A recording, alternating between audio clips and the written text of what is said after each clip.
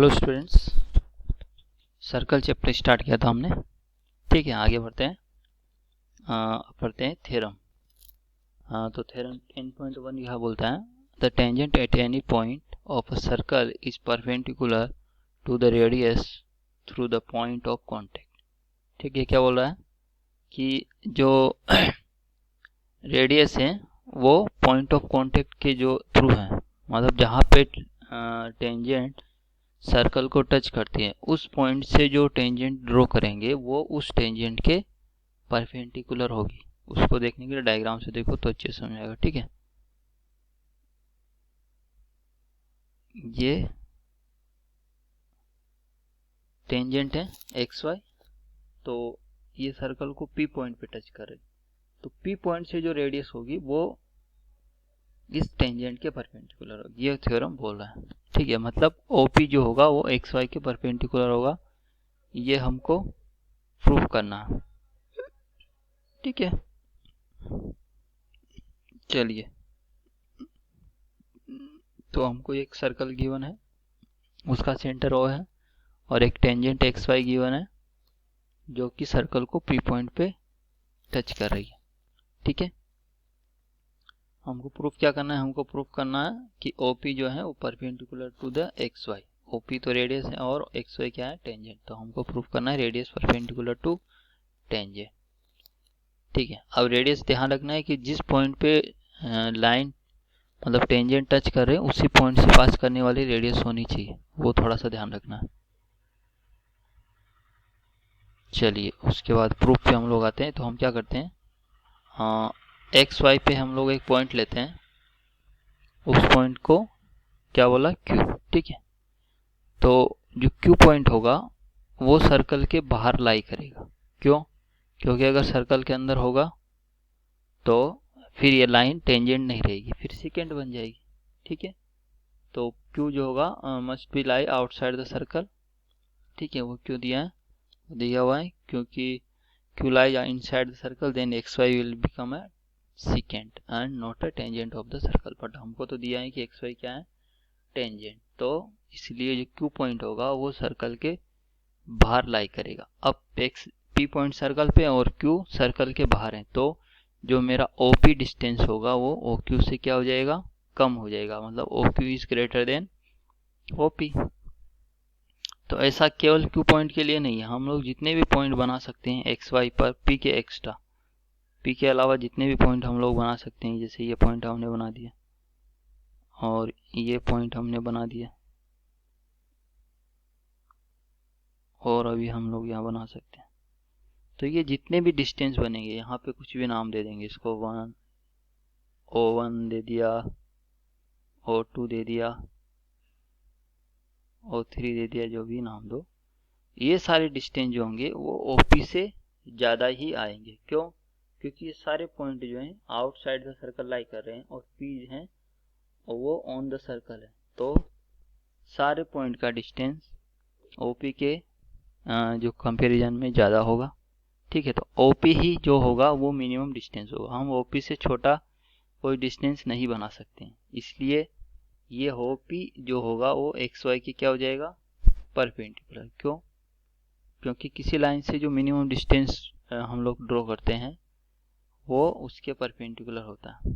ठीक है, तो ये लिखा हुआ है since this happens every point on the line X Y except the point P, तो OP is the shortest distance of all the distances of the point O from the points on XY. ठीक है, so OP is perpendicular to XY. ठीक है, तो XY पर जितने भी point हम लोग लेंगे सबका डिस्टेंस OP के कंपैरिजन में अधिक होगा, जो OP होगा वही मिनिमम डिस्टेंस होगा, इसलिए वो परपेंडिकुलर टू XY होगा। ठीक है, चलिए आगे बढ़ते हैं अब। Number of tangents from a point on a circle. ठीक है, किसी भी पॉइंट से हम लोग एक सर्कल पे कितने टेंजेंट बना सकते हैं, उस पे हमारा ये टॉपिक है। ठीक है, तो पॉइंट अब कहाँ लाई कर रहा है वो इम्पोर्टेंट है। पॉइंट सर्कल के बाहर हो सकता है, सर्कल के पर हो सकता है या आउटसाइड द सर्कल हो सकता है, यही तीन केस पॉसिबल है। ठीक है, तो अगर हमने पॉइंट सर्कल के अंदर लिया, इनसाइड द सर्कल, तब कितनी नंबर ऑफ टेंजेंट खींचेंगे वो देखते हैं हम लोग।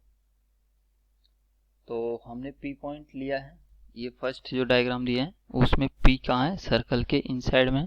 तो हमने उससे बहुत सारी लाइनें ड्रॉ की ऐसे ही, बट हम लोग देखेंगे कि एक भी लाइन इसकी टेंजेंट नहीं बन सकती। क्यों? क्योंकि हर जो लाइन पी से पास कर रही है वो सर्कल को 2 पॉइंट पे कट कर रही है, और अगर ऐसा हुआ तो वो क्या बन गई, उसकी सेकेंड, तो टेंजेंट तो हो गई नहीं। ठीक है, तो यहाँ से क्या हम लोग का रिजल्ट आया कि अगर पॉइंट सर्कल के अंदर हुआ तो उस पॉइंट से सर्कल पर हम लोग एक भी टेंजेंट नहीं खींच सकते, या नंबर ऑफ टेंजेंट कितना हो जाएगा, 0। ठीक है, तो point lie inside the circle. ठीक है, अगर ऐसा हो रहा है तो हम लोग उस पर एक भी टेंजेंट नहीं खींच सकते उस पॉइंट से। ठीक है, चलिए दूसरा हमने क्या लिया, पॉइंट को ले लिया सर्कल पर, तो कितनी टेंजेंट खींच सकते हैं, एक। लास्ट क्लास में हमने पढ़ा था कि सर्कल पर अगर पॉइंट है तो उस पर हम लोग एक ही टेंजेंट ड्रॉ कर सकते हैं, एक से ज़्यादा टेंजेंट ड्रॉ नहीं। तो अगर पॉइंट सर्कल के ऊपर है तो हम लोग एक टेंजेंट उससे ड्रॉ कर सकते हैं।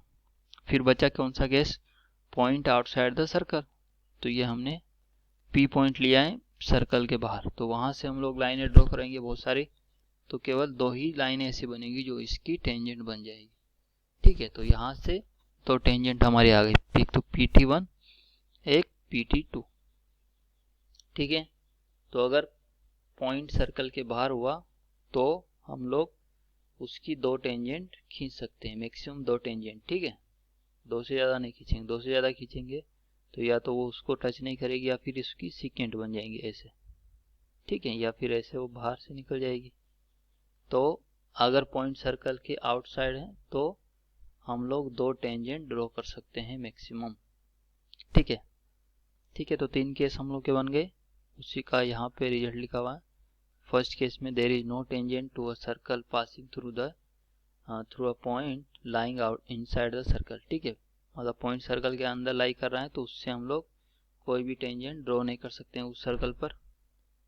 ठीक है, और there is one and only one tangent to a circle passing through a point lying on the circle.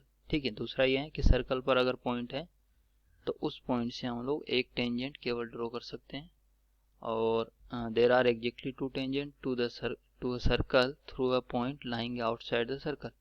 और अगर point outside the circle lie करता है तो उससे हम लोग एग्जैक्टली 2 टेंजेंट ड्रॉ कर सकते हैं, 2 से ज़्यादा नहीं। ठीक है, अब ये जो लास्ट केस था 2 टेंजेंट वाला, इसमें एक ये है कि दोनों जो टेंजेंट है उनका लेंथ जो होगा वो इक्वल आएगा। ठीक है, मतलब P से T1 का लेंथ और डिस्टेंस और P से T2 का डिस्टेंस इक्वल होगा। ठीक है, ये आप कोई भी सर्कल ड्रॉ करो, उस पर 2 टेंजेंट बनाओ और वहां से स्केल से मेजर कर लो। ठीक है, तो सिंपल एक्सपेरिमेंट है। तो आप देखोगे कि दो ये जो डिस्टेंस आएगा, ये वाला डिस्टेंस और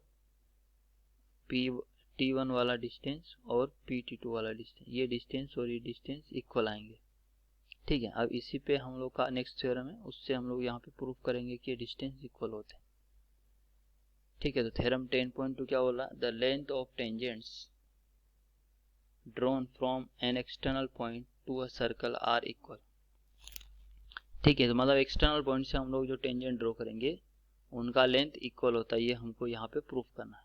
ठीक है, तो प्रूफ तो आसान है। ठीक है, याद रखना है हमको इस थ्योरम को, बहुत ज़्यादा आगे हो जाता है। तो हमको क्या दिया है, एक सर्कल दिया हुआ है, उसका सेंटर हुआ है और एक पॉइंट P दिया है आउटसाइड द सर्कल, वहां से हमने 2 tangents PQ and PR draw किए। ठीक है, ये P पॉइंट है आउटसाइड द सर्कल, ये सर्कल है, उसका सेंटर वो है। तो P से हमने 2 टेंजेंट ड्रॉ किए, एक तो Q, एक R पे। तो ठीक है, तो दोनों टेंजेंट क्या हो गए, PQ और PR। चलिए, हमको प्रूफ क्या करना है कि जो टेंजेंट है उनका डिस्टेंस इक्वल है, मतलब PQ इक्वल टू PR। ठीक है, ये डिस्टेंस PQ और ये डिस्टेंस PR, ये इक्वल प्रूफ करना है। इसको प्रूफ करने के लिए हम लोग कुछ कंस्ट्रक्शन करते हैं। उसके लिए हमने क्या किया, O को तीनों पॉइंट से मिला दिया, O को P से मिला दिया, O को Q से मिला दिया और O को R से मिला दिया। ठीक है, चलिए अब हम लोग प्रूफ स्टार्ट करते हैं। तो उसके लिए हम लोग ये 2 ट्राइंगल लेते हैं, एक तो हम लेते हैं OQP और दूसरा ट्राइंगल लेते हैं हम लोग ORP। ठीक है, अब इन दोनों ट्राइंगलों में अगर हम देखेंगे तो ये ओ क्यू क्या है, रेडियस, ओ आर भी रेडियस है, और ओ ये P Q and P R क्या है, टेंजेंट। तो यहाँ पे हम देखेंगे तो ये एंगल मेरा 90 डिग्री होगा। क्यों, थ्योरम 10.1 से टेंजेंट और लाइन रेडियस के बीच का एंगल कितना होता है, 90 डिग्री। उसी के रूल से ये एंगल 90 डिग्री हो गया। सिमिलरली यहाँ भी 90 डिग्री हो जाएगा, क्योंकि ओ आर मेरा टेंजेंट है, सॉरी ओ आर रेडियस है और पी आर क्या है, टेंजेंट। तो ये एंगल भी 90 डिग्री हो गया। तो दोनों में ओ क्यू पी और ओ आर पी 90 हो गया, ठीक है। फिर ओ क्यू और ओ आर क्या है, रेडियस, वो भी बराबर होंगी। तो ओ क्यू और ओ आर बराबर होगी। फिर ओ पी तो दोनों में कॉमन है, O P equal to O P. तो एस ए एस रूल या फिर राइट हाइपोटेनस साइड रूल से ये दोनों कॉन्ग्रुएंट होंगे। तो P Q equal to P R आ गया, ठीक है। तो यहाँ से प्रूफ होता है कि जो टेंजेंट होती है from outside the circle point will be equal in length, ठीक है, इसको याद रखना है। और साथ में ये एंगल भी इक्वल होंगे, ये एंगल और ये एंगल, ठीक है। तो ये हो गया हमारा थ्योरम 10.2।